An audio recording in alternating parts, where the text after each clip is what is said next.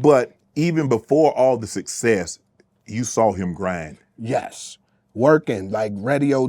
Cause look, you can't become successful and then start to grind. No. You grind before you become successful. Yes. Therefore, it's easy to maneuver. Yes, I remember when, the days, Funkmaster Flex, BJ Red Alert, they wouldn't play the records. And we used to make baskets, buy, champagne, Cristal, Godiva, all type of stuff, and make gift baskets for the radio station to try to get them to play his records. Like, it was a struggle, carrying crates of records to Burkina Mixtape Shop, Beach Street, downtown Brooklyn, like trying to get these people to sell the tapes. It was a struggle, man. It was not, people like to read the end of the story. Nobody like to pick up the glossary of the book. Right. They don't want to get to the beginning.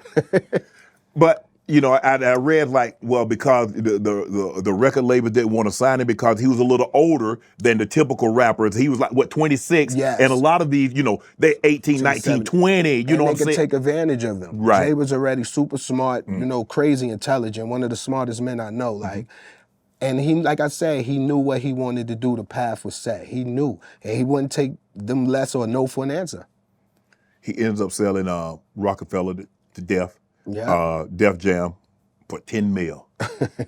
And and a lot of people, $10 million back then, that's a lot of bread. Heck yes. But he wasn't satisfied. Yes, $10 million today is a lot of bread. But you can imagine what it was back then. Yes. Yeah, because and he strikes me as a guy real understanding that the minute you're satisfied as a person, you're through as an individual. Yes. So he had an unquenchable desire, a thirst to get more. I believe, if you ask me, I believe once Jay got his first 100 million and he knew it was accessible, he looked at the list on Forbes and started headhunting all of them. That was it. Say, I'm coming for everybody on this list. He wasn't gonna be satisfied with M. He needed a B behind his name. Yep.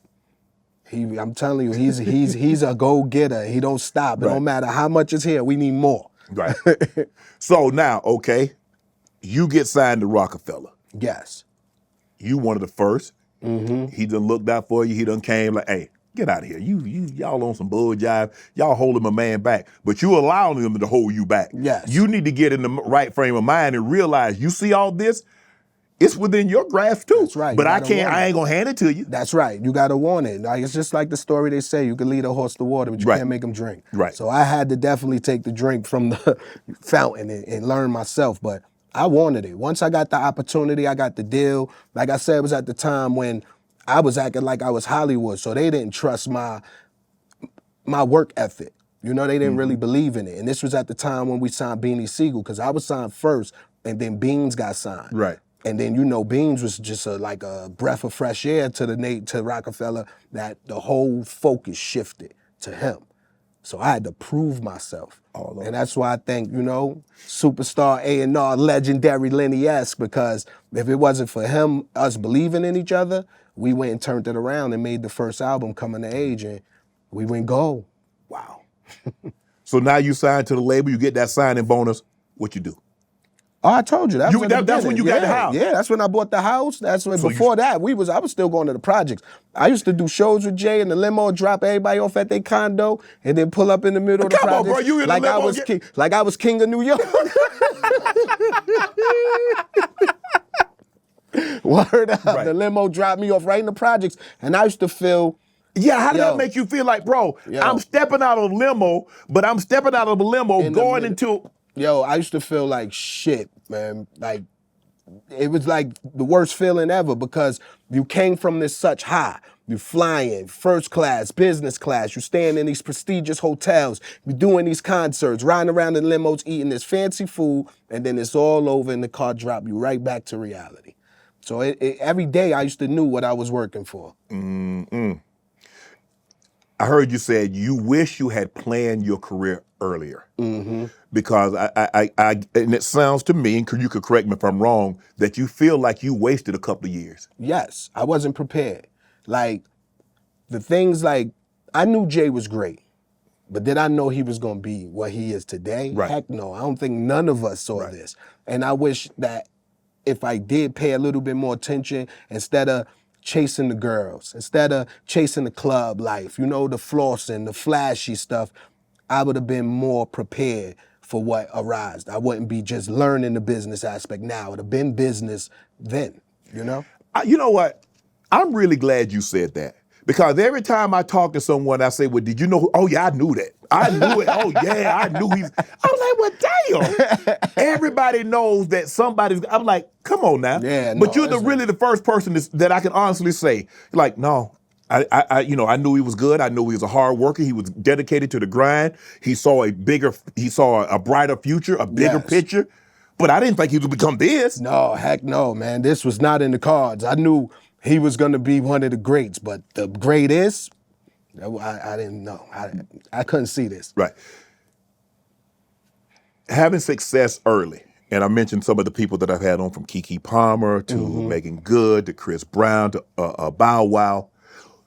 If you could, some of the upcoming stars now, young teenagers, 13, 14, 17, if you could give them advice, if you could get 5, 6, 7 of them in a room, what advice would you give them?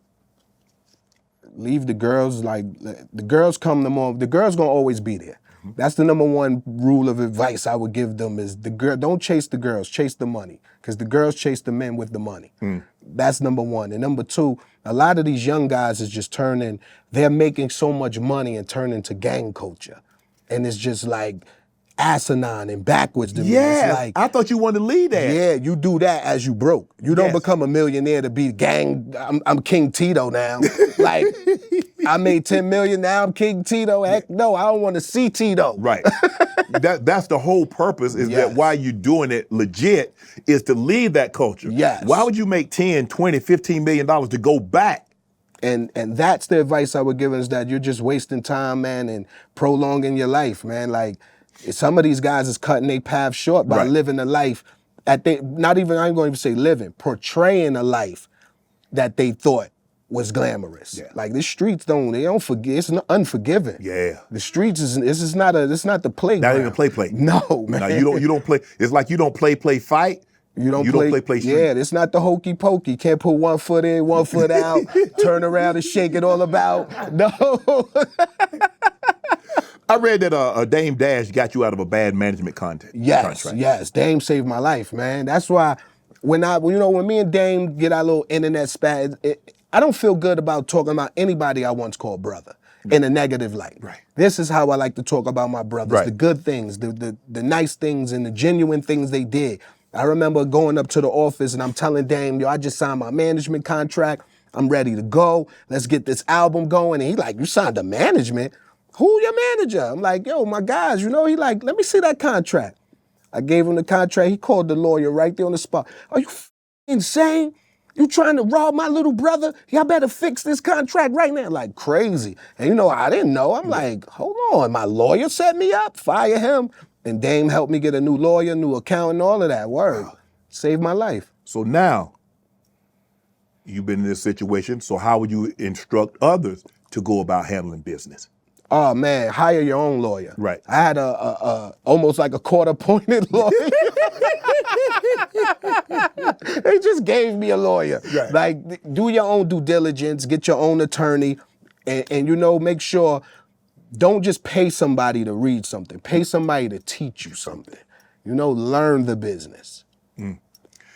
Want to join Club Shay Shay? Become an official member by hitting that subscribe button, where you never know who's going to be joining us for drinks and conversation. Don't be late to the party, because we like to do something before 2 something.